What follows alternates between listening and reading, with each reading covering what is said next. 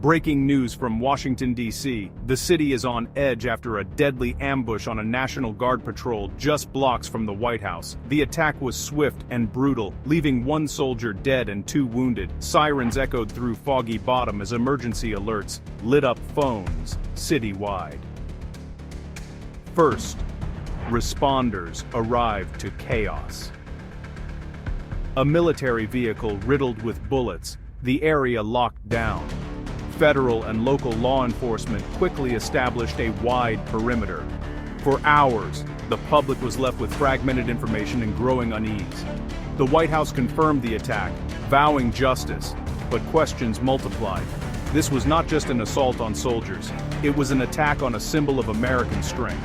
The National Guard, a familiar presence in D.C., now became the target. The city's confidence has been shaken. The threat is no longer distant, but at our doorstep. Security has been ramped up around federal buildings, with new checkpoints across key routes. The open Capitol has become a city under threat. The FBI leads a massive, multi-agency investigation, working around the clock. Every lead is being pursued, every piece of evidence scrutinized. The American public is watching, hoping for clarity and justice. The story is still developing, and we'll bring you updates as they come. This attack has forced a reckoning with the reality of threats at home. The city's sense of safety has been fundamentally altered. The investigation's outcome will shape the nation's response to this tragedy. For now, Washington remains on high alert, its people united in shock and resolve. This morning, authorities released chilling security footage of the attack. The grainy video shows a National Guard Humvee stopped at a traffic light on Pennsylvania Avenue. For a moment, everything is normal. Cars pass, a pedestrian crosses. Suddenly, a dark sedan accelerates, swerves in front of the Humvee, and blocks its path. A figure emerges, rifle in hand, and fires directly at the windshield. Muzzle flashes light up the frame. The attack is over in less than 30 seconds. The assailant flees, vanishing from view. The footage has shocked the public, turning abstract news into a visceral reality. Social media is flooded with grief, anger, and disbelief. For D.C. residents, a familiar street corner is now a crime scene. The video is a key piece of evidence for investigators. Law enforcement released it to be transparent and to seek the public's help. The FBI has set up a tip line, urging anyone with information to come forward. The footage has mobilized the community, giving a face, however shadowy, to the perpetrator. It's a stark reminder of vulnerability, even in the nation's capital. The city is united in its demand for answers and justice. The investigation now hinges on leads generated by this footage. The public's response has been immediate and passionate. The search for the suspect has become a citywide effort.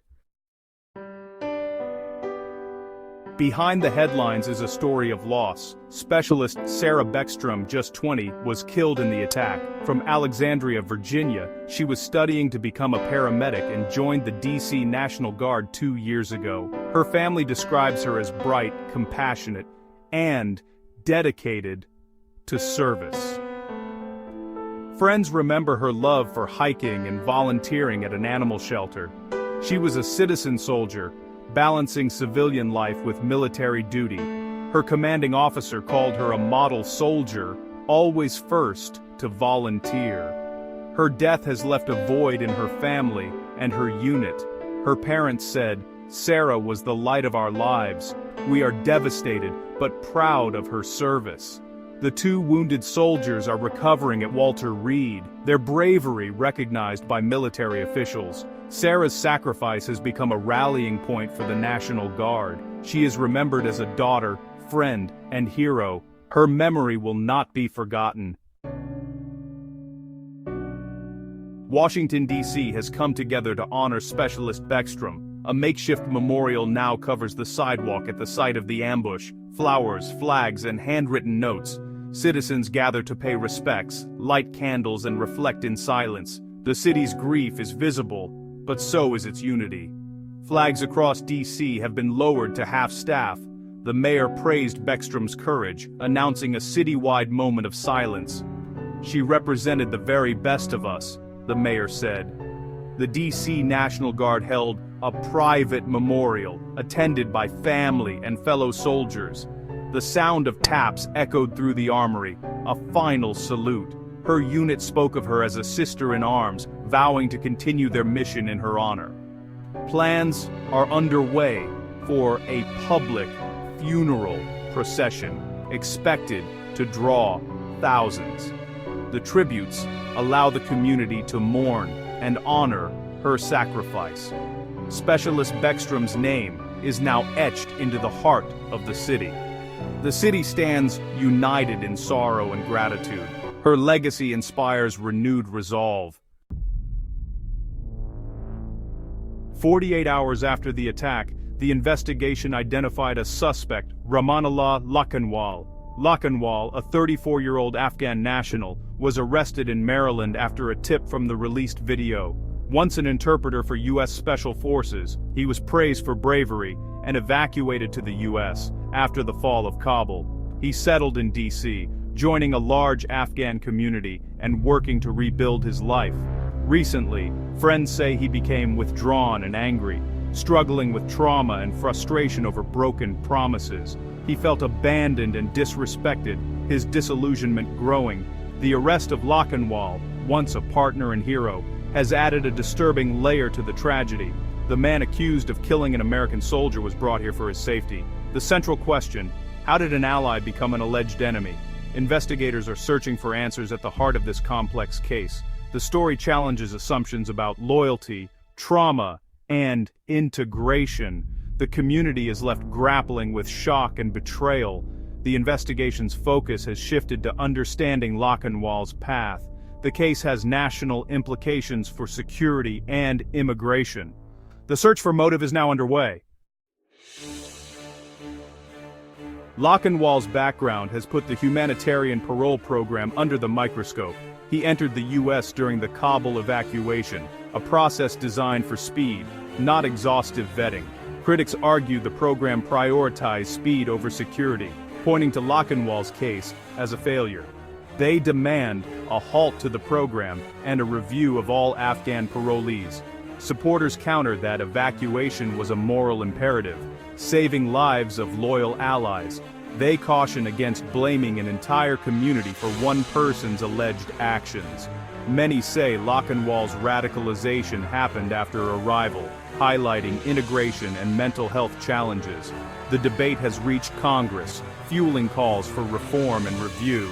The system's strengths and vulnerabilities are now under intense scrutiny. The nation is forced to confront the balance between security and compassion.